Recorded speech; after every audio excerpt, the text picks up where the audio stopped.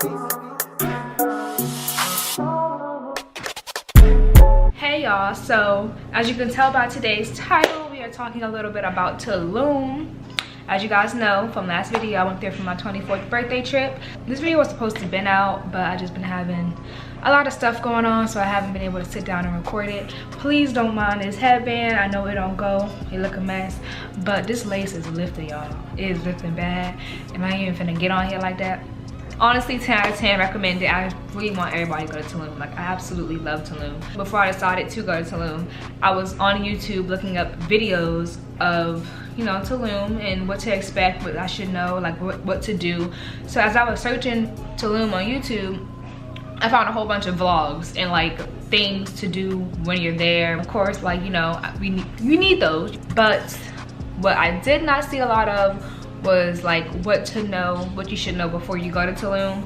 So I decided to do a what you should know before you go to Tulum video, so you guys aren't like me. You guys are more prepared. Like, I was prepared, but you know, so I'm letting y'all know, giving y'all the inside what you should know about Tulum. People were saying that Tulum is like expensive. I don't really think it was that expensive. Maybe I'm just bugging. I think I spent $2 grand by myself on Tulum, but that's including the hotel and the flight.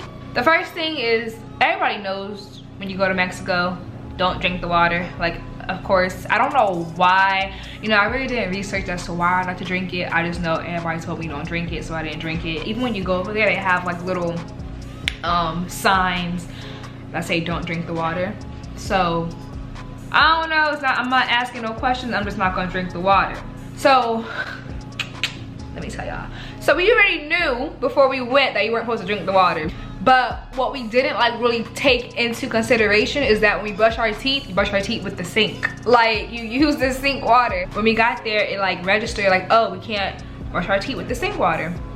So we went and got like 2 big gallons of water from the little market in our hotel. Like, I got a cup of water to go brush my teeth. I poured water in a cup because I knew I couldn't drink the water. I couldn't use the water in the sink. So I poured water in the cup. Went to go brush my teeth, and I still turned the faucet on to brush my teeth because I'm just used to it. Like, I wasn't thinking, like, I don't know, it's dumb, but I accidentally put my toothbrush in the faucet, and so that was an instance where I brushed my teeth. I mean, where I used the water. And then, like, when you're smoking hookah, like, you know, when you smoke hookah, there's water. So I don't know if the hookah really played a part into it, but like, I was thinking about, we did use water when we smoked hookah. Like, when you shower, I don't know about y'all, but I'm one of them people, but I don't even know why I do it. I really don't know, because it doesn't make sense. I don't know about y'all, but I'm one of the people that when I'm in the shower, I just open my mouth and let the water go in my mouth. Like, I have no clue why I spit it back out. I have no clue why I do that. Like, literally, there's no reason for me to do it, but I just do it. It's like a habit. So I did that when I was there, and I'm sure like it was just little things that, like, when you think like, do not drink the water, do not drink the water, you don't think of all the little like things as to where you're gonna be drinking the water. So like, and so I'm pretty sure I brushed my teeth. I not like literally kept doing it, but like I turned it on, put it under there, and it was like, oh shit, I can't do that. And like, I probably did that like 2 or 3 times when I was there. So when I got back, let's just say your girl was a little sick for like a week after I got back. Let's just say that. I'm gonna leave it there, let y'all imagine what was going on. Don't drink the water. Like, do not do anything. Like, don't. While we're talking about water, so when you go to restaurants, we went to the restaurant Karma on the last night, and they gave us bottled water. So like, when we sat down, you know, they came out with Fiji water. We were like, oh, they bougie, like, you know, okay, look at the Fiji water. So we ran through about what, 4 bottles of Fiji. It was 5 of us. No, it was 4 of us that night that went out to eat. And so we ran through about like probably 2 to 3 bottles of Fiji water. They kept coming, like they'll literally, let me tell you how we didn't even ask for the water. We sat down, they came out with Fiji bottles and poured them in our glass. And so obviously, like, we're sitting there, we're drinking the water, and as we're drinking it, they keep coming back around and pouring more in the cup. So whatever, like, we just thinking they bougie, they like, you know. So we get our bill at the end and they charged us for that damn Fiji water, and I didn't even ask for the Fiji water. Like, it wasn't that big of a deal, but it's just like, damn, y'all could have gave me a fucking Zephyr Hills. Like, what? They had ended up telling the waiters at Karma that it was my birthday, so they brought out this birthday, it was a brownie with bacon on it. I don't even know, mind you, it was nasty, so I didn't even eat it. And I got charged for that too. Like, y'all charged for birthday celebrations? Like, what in the world? All right, third thing I want to talk about is make sure you have money for the taxis. Like, I just, like, it's common sense you're gonna need money for taxis, but like, they will wax you. They 100% will wax you. Which I remember I went to Cancun for my friend Gabby's birthday like 2 years ago, and they were trying to wax us for the taxis. But one of Gabby, like, this girl we were with, she spoke Spanish, so like, she was like negotiating with them, like, no, we're not dumb, like, we know you're waxing us and it's not gonna work. So this trip, nobody spoke Spanish, so it was just like they were able to just do whatever they wanted to do. But like, we kind of like caught on, and we were just like, we put a stop to it. We were like, no, because to go like 8 minutes, they were like, what, like $30? We're like, no, like, that doesn't even make sense. So they will really try to wax you. And then the hotel, they would be like, we'll ask them before we call the taxi, we'll be like, okay, well, how much is it from this hotel to wherever we're at, to wherever we're going? And they'll be like, oh, it's like $10. And then when we get to the taxi people and we getting out, they're like, oh no, 25. Like, okay, well, the hotel just said y'all charge 10, so why is it 25 now? But the taxis is going on now, you know, because of COVID, they can't take a large crowd in the taxi, because they were saying that they can get pulled over by police and stuff like that. So we had to take 2 taxis basically every single time we went somewhere. And so it'll be like one cab trying to charge like 15, and then the second cab try to charge like 25. So we were just like, we literally just traveled the same exact place, so why are we getting charged 2 different prices? I would recommend getting a driver. I probably should have got a driver, but I just wasn't thinking. Oh, and since we on the hotel topic, let me tell y'all. So our hotel is very, very, very nice. We stay at the Mistiq, or Mistiq, whatever you want to call it, Tulum. And it was very, very, very nice. Very nice condos. For one, it had no reception. I don't know if it was the room we was in, it had no reception, but like, we had no phone service and then no Wi-Fi. Like, the Wi-Fi, literally, you had to stand in like one spot for it to work, or at like 3 in the morning, 4 in the morning, it would work perfectly fine, because of course, nobody's really on it at that time. But no, not even that. So I booked the hotel through booking.com. I didn't have to pay until we got there. So I had to reserve like a good month before I had to, or like a good 2 months before I had to actually, you know, pay for it. So we got there, went to go check in, and they were like, oh, it's $300 security deposit, you have to pay it in US cash. We were like, what? Like, so the hotel itself was like $13.50, and I was just like, okay, charge it on the card. And they're like, no, it has to be cash. So I was just like, how you gonna tell me what my security deposit has to be in? Because when I go to hotels, regular places, like when I go to hotels everywhere else, I could just charge it on the card, like add it to the card. But no, it had to be in cash. I gave her $300 in cash or whatever, and then they were like, you'll get it back once you check out. So mind you, I booked the driver to get us from the airport and take us to the hotel, and also get us from the hotel, take us to the airport to go back.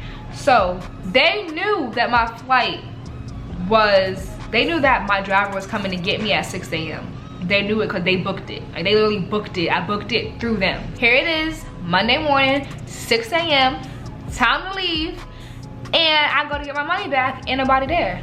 There's nobody at the front desk. So I'm like, well, this is weird. So a security guard was like there. So I'm asking him like, okay, well, we're getting ready to leave now. Our flight leaves at 11, but we had to, it was a 2-hour drive, I think, to the airport. So we had to get there at 8, we had to take COVID tests and stuff like that. So I wanted to, so you know, I was leaving early so I could be on time and not miss my flight. I wanted to go home. So yeah, it's 6 o'clock, some security guard, I'm talking to him, I'm like, okay, where's my money? Like, cause it's time to go, run me my check. And so he was just like, oh, well, the, what is it called? The front desk, the clerk, whatever her name is, she's not here. She don't come here till 11. That's not my problem. That don't got nothing to do with me, because she knew what time I was checking out. Because it was her working the whole, like, she was the only lady who, like, ran the front desk. So I'm just like, okay. So she knew I was leaving. So I don't care if she doesn't check in until 11. She doesn't clock in until 11. That got nothing to do with me. I'm not gonna be here. I'm gonna be in the airport at 11. My flight leaves at 11. So, and so he was like, well, I'm gonna try to call her. I said, okay, you do that. I was like, excuse me, like, what's going on? He goes, oh, she's not answering me. You can have, here's her number for you to call her. What? Anyway, so I'm calling her, blowing her up, texting her, no response. And he's like, well, she's not answering, she has the money. So you're telling me the money is home with her. Why is she taking a security deposit home with her? And so, like, time started ticking, she still wasn't answering. And I called booking to talk to them. They even called the hotel. They wouldn't answer the phone. So basically it was like, he was like, you can either wait till 11 for her to come or you could just leave.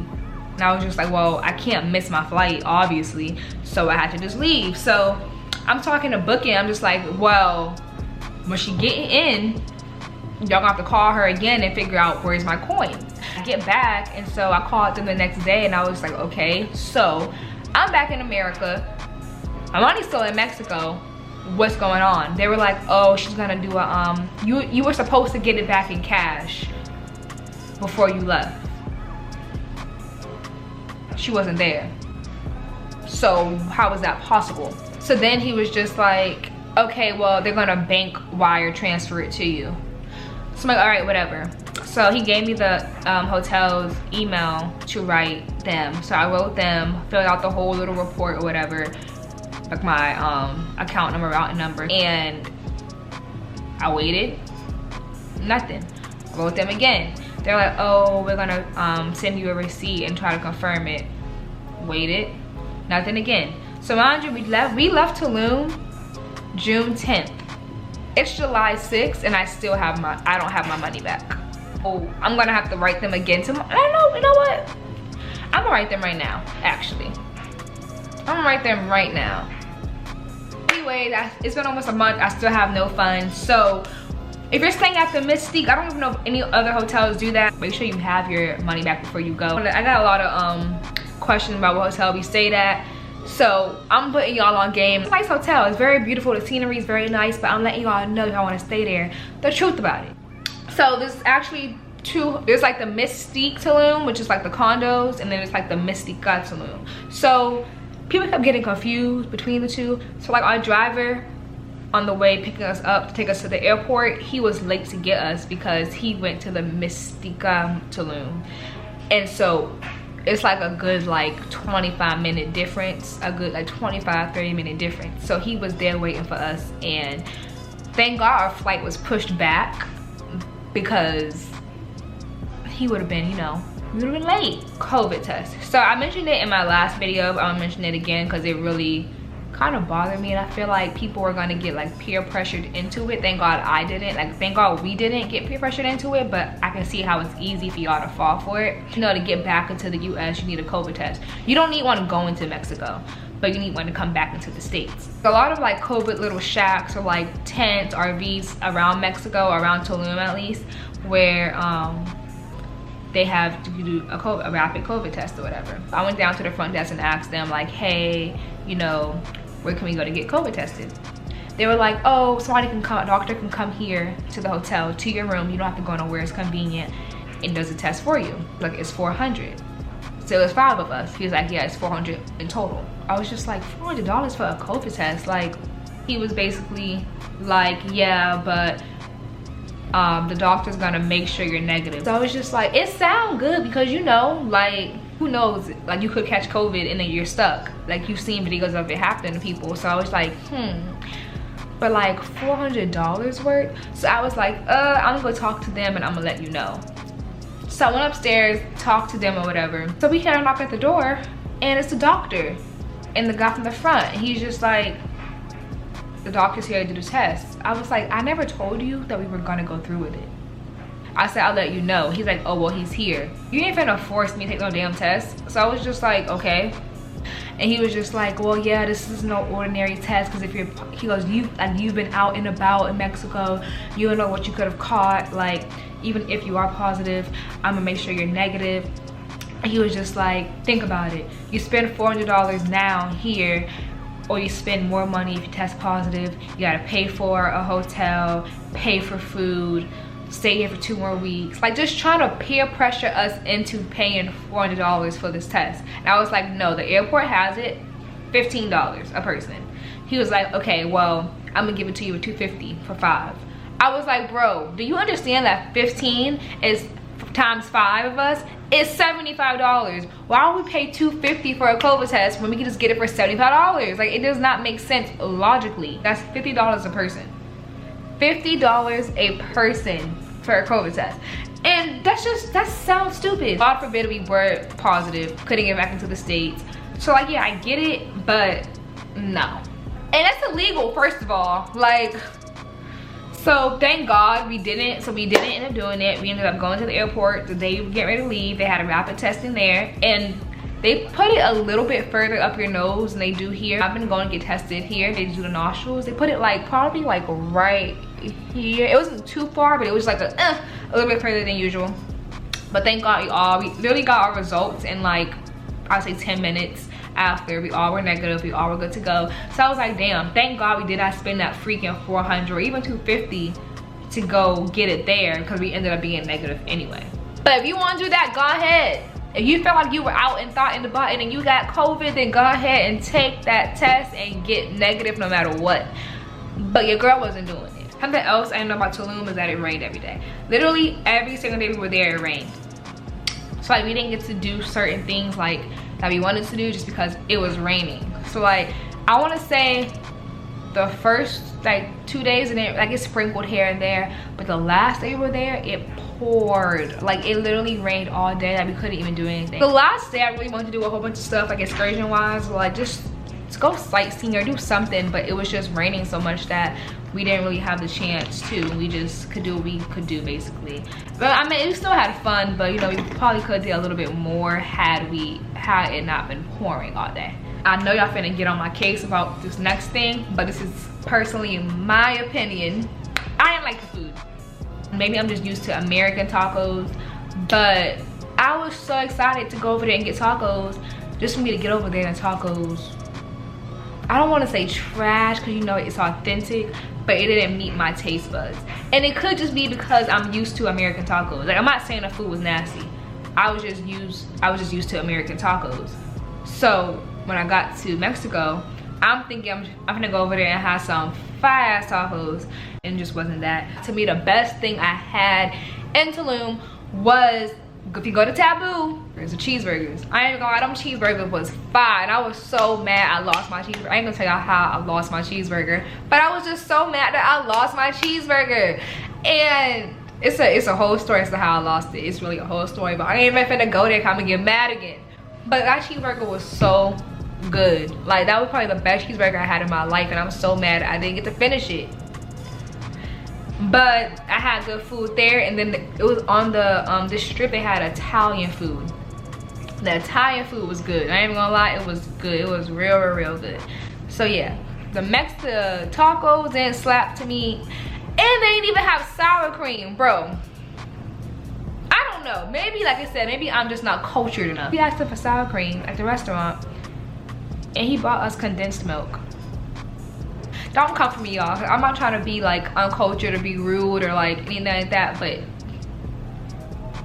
like, I don't know. And then I know like the locals over there, like, you know, the street performers live off of tips. Like, I know that, but they're like really pushy about it. Like, I get it, like, you know, it's the bread and butter, they're entertaining us, so of course tip them, but they're just like overly pushy about it. Like, I'm going to tip you, but vibe. Like, for example, you're in a restaurant eating and they were like, they came in with the guitar and stuff singing. So they started singing Stand By Me. So I'm sitting here, when a night, no I won't be afraid, you stand by me. Singing the song over, I'm still eating my food. He said, thank you for singing. I said, what the fuck? I was like, huh? Like, you can't do that. Like, I was just singing a song, giving me a good little vibe, and you just like, it's like, you know what, if he would have approached me better, I probably would have gave him money, because like, you know what, whatever, but they're just so aggressive with how they approach you.